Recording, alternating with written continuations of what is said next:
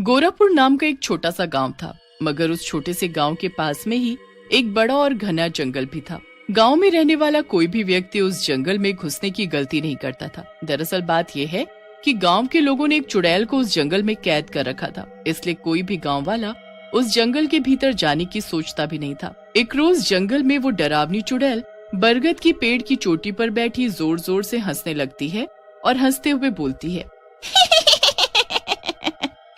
इन गांव वालों को क्या लगता है कि ये मुझे इस जंगल से तंत्र मंत्र फूंक कर कैद कर देंगे? तो मैं यहाँ से कभी बाहर नहीं निकल पाऊंगी। इन मूर्ख गांव वालों को नहीं पता कि आज की रात चंद्र ग्रहण है और कोई भी तंत्र मंत्र हम चुड़ैलों को चंद्र ग्रहण पर आजाद होने से नहीं रोक सकता।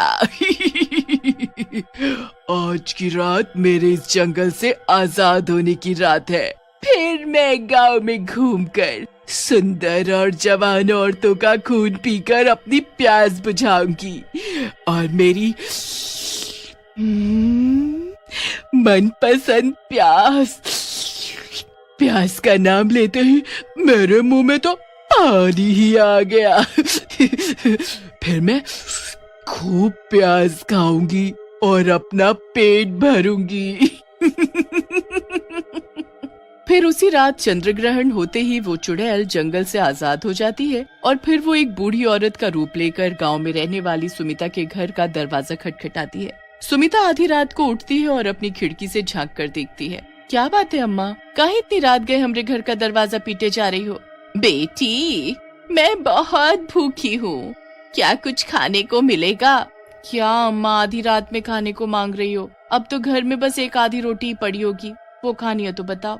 हाँ बेटी, वही ले आ, उस पर एक प्याज रख लाना, मैं उसी से काम चला लूंगी। फिर सुमिता उस बूढ़ी औरत को रोटी पर प्याज रख कर देती है कि तभी वो बूढ़ी औरत चुड़ैल के रूप में बदल जाती है और सुमिता से प्याज छीन कर खा जाती है। सुमिता चुड़ैल को देखकर कुछ बोल पाती है उससे पहले ही चुड़ैल सुमिता की गर्दन पर काटकर उसका सारा खून पी जाती है। सुमिता के शरीर से सारा खून खत्म होने से सुमिता तुरंत अपना दम तोड़ देती है। कितने सालों बाद मुझे अपनी मनपसंद प्याज खाने को मिली है और मीठा मीठा खून पीने को मिला है। मजा ही आ गया। ऐसे बोलकर चुड़ैल वहाँ से चली जाती है।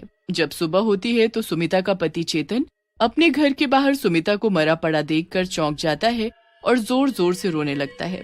सुमिता के यूं अचानक से मर जाने से चेतन को बहुत दुख होता है। अगली रात चुड़ैल फिर से एक बूढ़ी औरत का रूप लेती है और गांव में रहने वाली मोहिनी के घर का दरवाजा खटखटाने लगती है। हे भगवान, इतनी रात में हमरे घर कौन आ गया? अरे तनिक ठहरो भाई, हम अभी आते हैं। मोहिनी दरवाजा खोलती है और देखती है कि उसके घर के बाहर एक बूढ़ी औरत खड़ी है। अरे क्या बात है अम्मा, इतना रात को आप हमरे घर का दरवाजा काहे खटखटा रही हो? बेटी, बहुत भूख लगी है, इस बुढ़िया को कुछ खाने को दे दो। अरे अम्मा, अब इतने रात को कहाँ से कछु दें आपको? घर में जवन बना था वो सब तो खत्म हो गया। खाना नहीं है तो कोई बात नहीं, पर घर में प्याज तो होगी ही ना, तो बस वही लाकर मुझे दे दो। अम्मा, खाली प्याज भला कौन खाता है? अरे बेटी, मुझे तो प्याज खाना बहुत पसंद है, प्याज खाकर तो मेरे अंदर जान आ जाती है। तू बस जल्दी से घर के भीतर जा और मेरे लिए प्याज ले आ। मोहिनी घर के भीतर जाती है कि तभी मोहिनी का पति गोकुल उठ जाता है और मोहिनी से बोलता है, अरे भाग्यवान, इतनी रात गए काहे खटर पटर किए जा रही हो? अरे कम से कम हमका रात को तो चैन से सोने दो। अजी ना जाने रात में एक बेचारी बूढ़ी औरत कहाँ से आ गई है और खाने को प्याज मांग रही है। बस मैं तो उसे वही देने जा रही थी। मोहिनी प्लेट में कुछ प्याज लेकर उस बूढ़ी औरत को देती है। अरे वाह वाह वाह, इतनी सारी प्याज, आज तो लगता है शैतान देवता मुझसे काफी प्रसन्न है। ऐसा बोलते ही बूढ़ी औरत चुड़ैल का रूप ले लेती है और मोहिनी से प्याज छीनकर खाने लगती है। अरे बाप रे, ये बूढ़ी औरत एक चुड़ैल है। अरे लड़की, तू ज्यादा शोर मत मचा, नहीं तो प्याज की जगह तेरा सिर चबा जाऊंगी मैं। ऐसा बोलकर चुड़ैल जल्दी से मोहिनी की गर्दन से चिपक जाती है और उसका सारा खून चूस लेती है। तभी शोर सुनकर गोकुल घर के बाहर आता है और देखता है कि मोहिनी जमीन पर मरी पड़ी है कि तभी उसकी नजर प्याज मांगने वाली चुड़ैल पर पड़ती है। मानना पड़ेगा, तेरे घर की प्याज खाकर तो मेरे तन बदन में चुस्ती फुर्ती आ गई और तेरी पत्नी का खून पीकर मजा ही आ गया। अगर अपनी जान प्यारी है तो भाग यहाँ से, भाग। ऐसा बोलकर चुड़ैल वहाँ से जंगल की ओर चली जाती है। चुड़ैल के जाते ही गोकुल तुरंत पूरे गांव में शोर मचाने लगता है और गांव वालों को इकट्ठा कर सबको उस प्याज मांगने वाली चुड़ैल के बारे में बताने लगता है।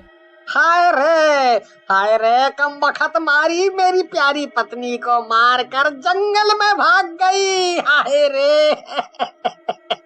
अरे जरा देखो तो गांव वालों, कितनी बेरहम तरीके से मेरी पत्नी को उस चुड़ैल ने मार डाला। अरे मोहिनी ने तो उसे बूढ़ी औरत समझकर प्याज खिलाई थी, पर वो चुड़ैल तो मेरी पत्नी का खून भी पी गई। हाय हाय हाय हाय रे। गोकुल की बात सुनकर और मोहिनी को मरा देखकर पूरे गांव में हड़कंप मच जाता है। हे भगवान, ये कैसी चुड़ैल है जो प्याज मांगकर खाती है और औरतों का खून पी जाती है। अरे हमका तो बहुत डर लग रहा है, हम तो अब से घर में प्याज रखना ही बंद कर देंगे। हाँ। फिर अगले दिन जैसे ही रात होती है, सभी गांव वाले चुड़ैल के डर से अपने खिड़की दरवाजे बंद कर लेते हैं। रात के 12 बजते ही चुड़ैल गांव में घूमने लगती है। रोज रात को प्याज खाने से मेरे शरीर में बहुत ताकत आ गई है। अब मैं इन गांव वालों को अच्छा सबक सिखाऊंगी। ऐसा बोलकर वो चुड़ैल फिर से एक बूढ़ी औरत के रूप में बदल जाती है और गांव में रहने वाली शांति के घर का दरवाजा खटखटाने लगती है। अरे ओ बेटी, मुझ बुढ़िया को कुछ खाने को दे दो। अरे रोटी सब्जी ना सही, थोड़ी प्याज ही खाने को दे दो, मैं उसे ही खाकर अपनी भूख मिटा लूंगी। अरे मर गई रे, लगता है बाहर दरवाजे पर प्याज मांगने वाली चुड़ैल है। अजी गप्पू के पिताजी जरा उठो, बाहर दरवाजे पर प्याज मांगने वाली चुड़ैल खड़ी है और जोर जोर से दरवाजा पीटे जा रही है। भगवान, इन औरतों का न जाने क्या होगा, न जाने कितना डरती है। अभी देखना हम कैसे उस चुड़ैल की चोटी पकड़ कर हवा में घुमाते हैं। हाँ। महेश गुस्से में अपने घर का दरवाजा खोलता है और बूढ़ी औरत को देखकर बोलता है। अरे ओ चुड़ैलिया, तुम क्या लागत है कि तुम हमका बूढ़ी औरत बनकर चकमा दोगी और हम कछु नहीं समझ पाएंगे। आज तुम देखो हम कैसे तुम्हें सबक सिखावत है। हाँ, तुम्हारी चोटी पकड़ कर कैसे तुमका हवा में उछालत है। हाँ। बूढ़ी औरत अपने चुड़ैल रूप में आ जाती है और हंसते हुए बोलती है। अरे तेरी हड्डियों में जान तो है नहीं और अपने आप को शक्तिमान समझ रहा है। अबे मूर्ख, जरा अपनी आँख खोलकर सामने देख। मैं एक चुड़ैल हूँ जो तुझे एक ही झटके में प्याज की तरह कच्चा चबा जाऊंगी। ऐसे बोलकर चुड़ैल महेश का गला पकड़ लेती है कि तभी महेश की पत्नी शांति जोर जोर से शोर मचाना शुरू कर देती है। अरे गांव वालों, तनिक हमरे पति को इस चुड़ैल से बचाओ। शांति का शोर सुनते ही गांव के लोग अपने घरों से निकलकर बाहर इकट्ठे हो जाते हैं और डरावनी चुड़ैल को देखकर बहुत डर जाते हैं। चुड़ैल को देखकर सीमा जल्दी से भागकर मंदिर के पंडित जी के पास जाती है और उन्हें चुड़ैल के बारे में बताती है। दूसरी ओर चुड़ैल महेश को गले से उठाकर दूर पटक देती है। कोई मेरा कुछ नहीं बिगाड़ सकता। चुड़ैल ऐसा बोलकर जोर जोर से हंसी रही होती है कि तभी वहाँ पंडित जी आ जाते हैं। चुड़ैल, मैं जानता हूँ कि तुझे प्याज खाना बहुत पसंद है और मैं ये भी जानता हूँ कि प्याज ही तेरी सबसे बड़ी कमजोरी है। चुड़ैल पंडित की बात से काफी डर जाती है। पंडित, आखिर तू कहना क्या चाहता है? पंडित जी अपने झोले से एक बहुत बड़ी प्याज निकालते हैं और चुड़ैल को दिखाते हुए बोलते हैं। तू अपने आप को बहुत ताकतवर समझती है ना?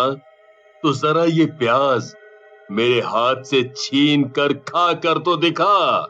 इस पंडित की अब उम्र हो गई है, इसीलिए तो ये ऐसी बात कर रहा है। ऐसा बोलकर चुड़ैल पंडित की ओर बढ़ती है और उसके हाथ से प्याज छीनकर खा जाती है। प्याज खाते ही चुड़ैल का पूरा बदन आग की तरह जलने लगता है। ये प्याज कोई ऐसा वैसा प्याज नहीं था।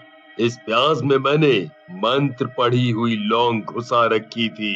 पंडित, ये तूने अच्छा नहीं किया। चुड़ैल के ऐसे बोलते ही वो जलकर भस्म हो जाती है और गांव वालों को उस प्याज मांगने वाली चुड़ैल से हमेशा हमेशा के लिए मुक्ति मिल जाती है।